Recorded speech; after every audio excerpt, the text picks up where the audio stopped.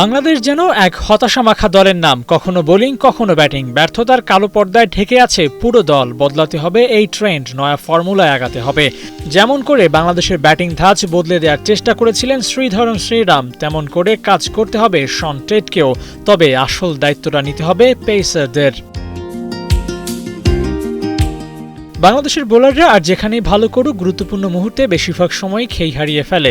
এই ধারা থেকে বের হতে শীঘ্রই চ্যালেঞ্জটা নিতে হবে নয়া মাস্টার শন টেটকে। পারবেন তো শন? পারতে যে তাকে হবেই। নাহিদ রানাদের শুরুর সময়টা খুবই গুরুত্বপূর্ণ। এই সময় নার্সিং করলেই মিলবে সফলতা। পাকিস্তান সিরিজের শনের প্রথম অ্যাসাইনমেন্ট, নতুন দলের সাথে মানিয়ে নেওয়ার সময়টাও এটা। যতটা সম্ভব এই সিরিজেই টাইগারদের প্রতি বার্তা দিবেন তিনি, নিজের চাওয়াটাও জানিয়ে রাখবেন। হাসান শরীফুলদের কাছে ধারাবাহিকতাই চাইবেন, আর এটাই তো কমতি। সবশেষ 5 ম্যাচে 7 উইকেট হাসান মাহমুদের। তার আগের 5 ম্যাচে উইকেট মোটে 2টি। অধারাবাহিকতার পরিসংখ্যান হিসেব করলে শরীফুলও ফ্রন্টলাইনার। শেষবার এক ইনিংসে 3 উইকেট পেয়েছেন 2023 সালে। এরপর আর কখনোই 2 উইকেটের বেশি পাওয়া হয়নি টি-20 ক্রিকেটে। এমন পেসারদের নিয়েই তো কাজ করতে চাইবেন শন।